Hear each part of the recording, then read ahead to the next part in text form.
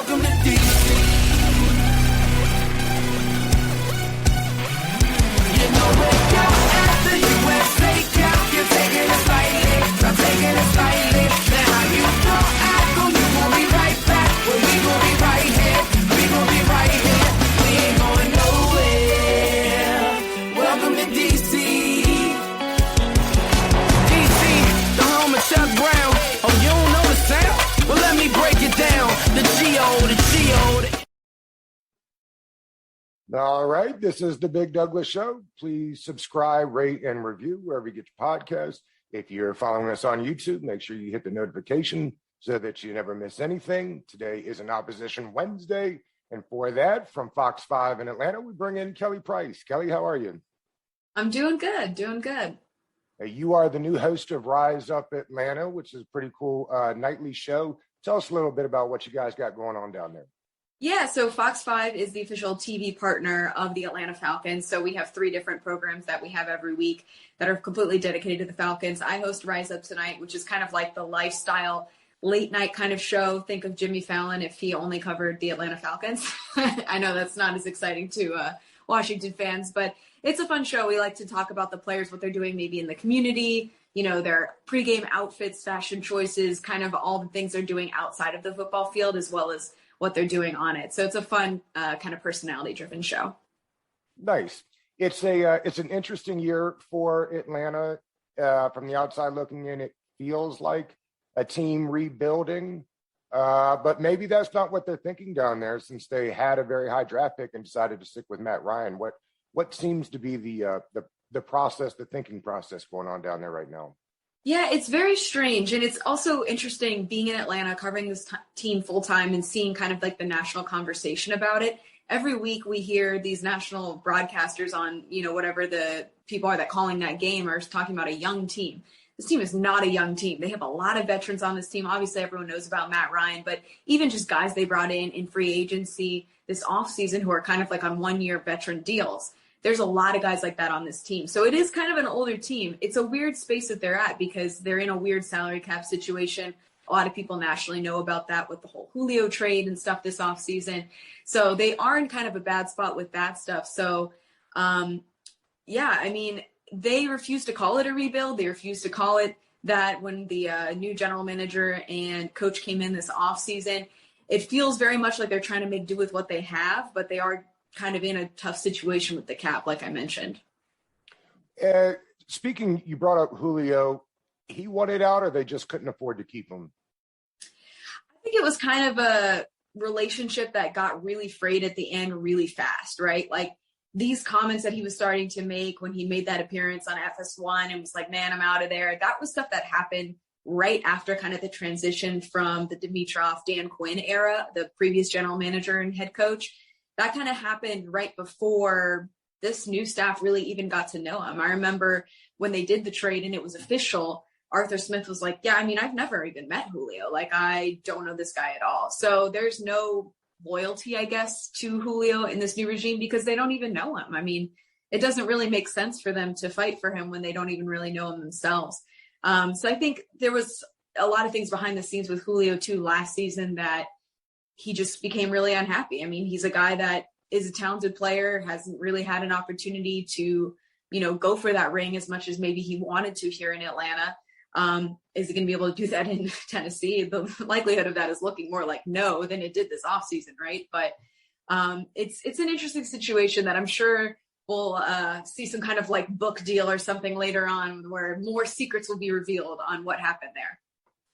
Sometimes guys tend to be better coordinators. It's not that Dan Quinn didn't have success in Atlanta. They made it to the Super Bowl there, of course.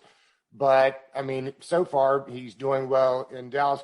What has the new head coach brought to Atlanta that maybe Dan Quinn didn't? It's a great question, and I've actually noticed a lot of differences between them, not just them as people and kind of the way they carry themselves, but the way they're directing this team, right? So even just after the first loss, the way that Arthur Smith talked about it was so different than Dan Quinn talking about a loss. And Falcons fans know what I'm talking about. Dan Quinn would say stuff like, you know, we're pissed off, we're going to get this right. He would just be kind of that like rally the troops, He would always have these like kind of sayings that he would say that didn't really mean a whole lot, especially when the next week they went out and got trounced once again. But Arthur Smith, that first loss that they had against the Eagles, you could really tell it did not sit well with him. He's like, no one's going to sit here and feel sorry for us. I'm number one on that train of like, we're moving on. We're going to get this thing right. Just the leadership style is very different in that aspect, I think.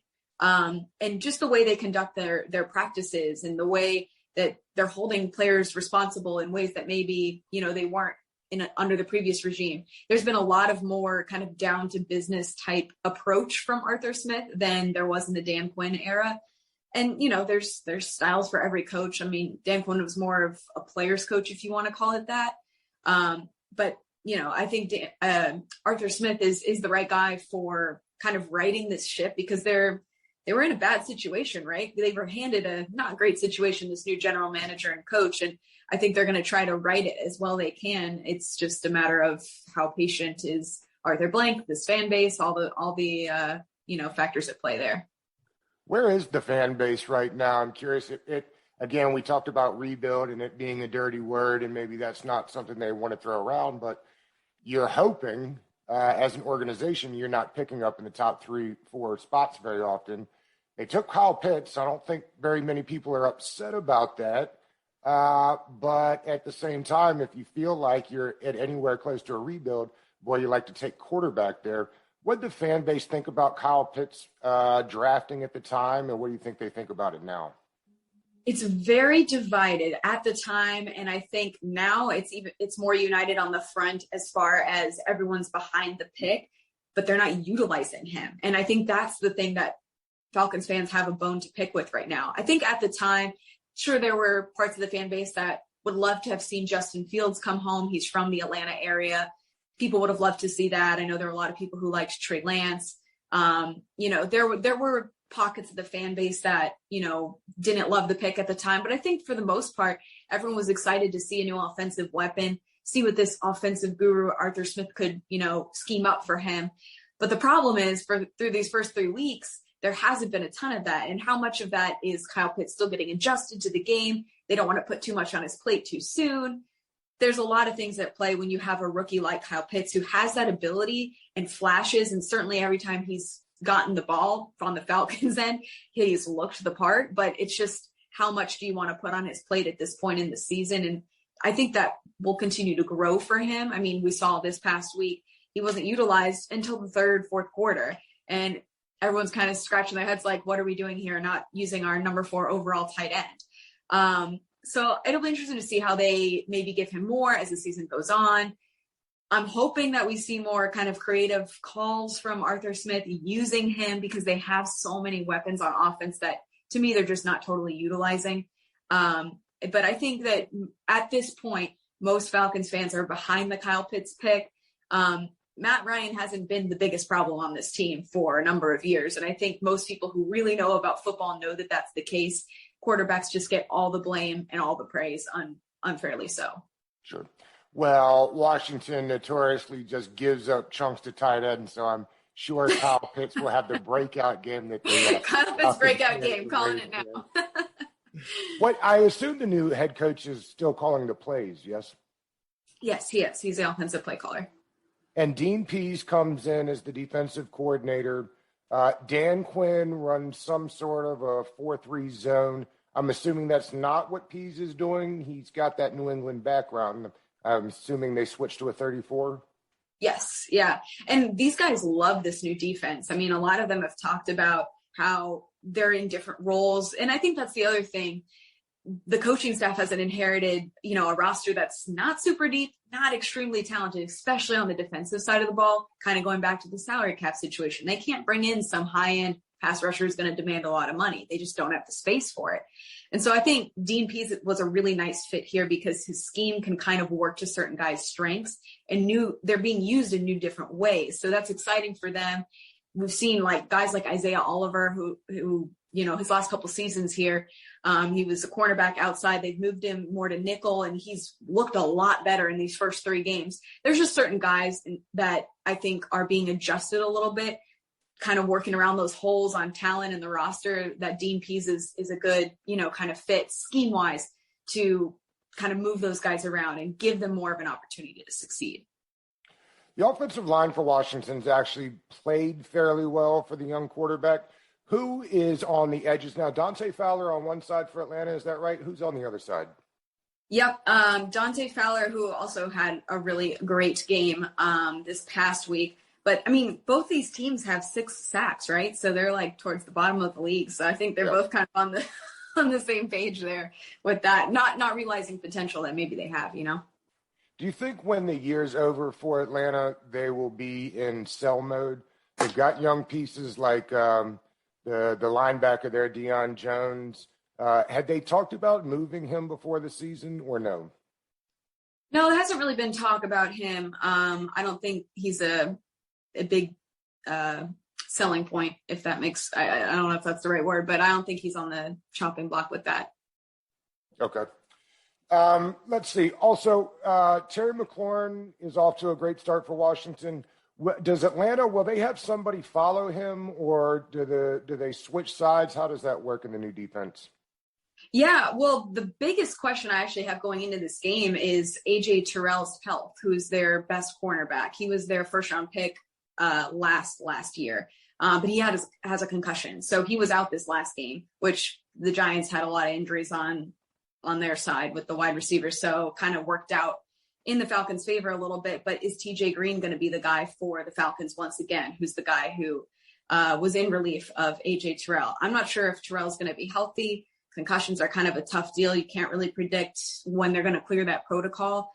Of course, they would want him to be healthy because, like you said, McLaurin is having a pretty good year, and I think that's the guy they would want in coverage with him. But I don't know what's going to happen with his health.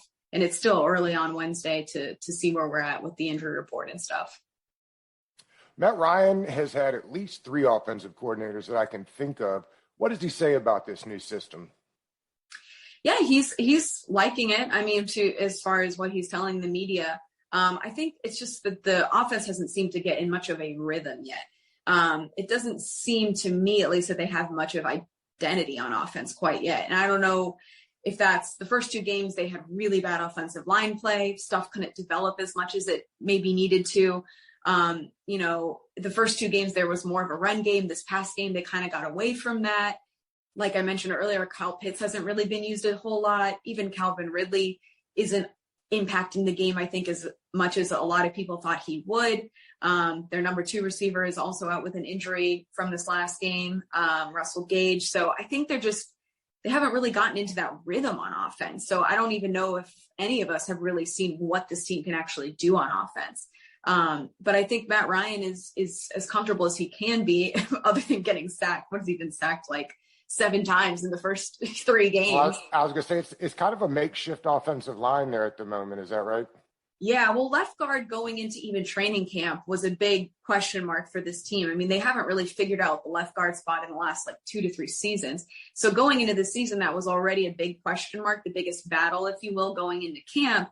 So then Josh Andrews came in this offseason. He was supposed to be the projected starter at left guard, but then he broke his hand right before week 1. So he, goes on injured reserve, and then they put in Jalen Mayfield, true rookie. He was one of their draft picks this last year, struggled mightily. I mean, he didn't have a great time in the preseason or in training camp either. So he just was not ready for that position, but they just didn't have any bodies there. And, he's, to his credit, he's gotten better through the last week. I thought was their best offensive line performance by far. They really stepped it up.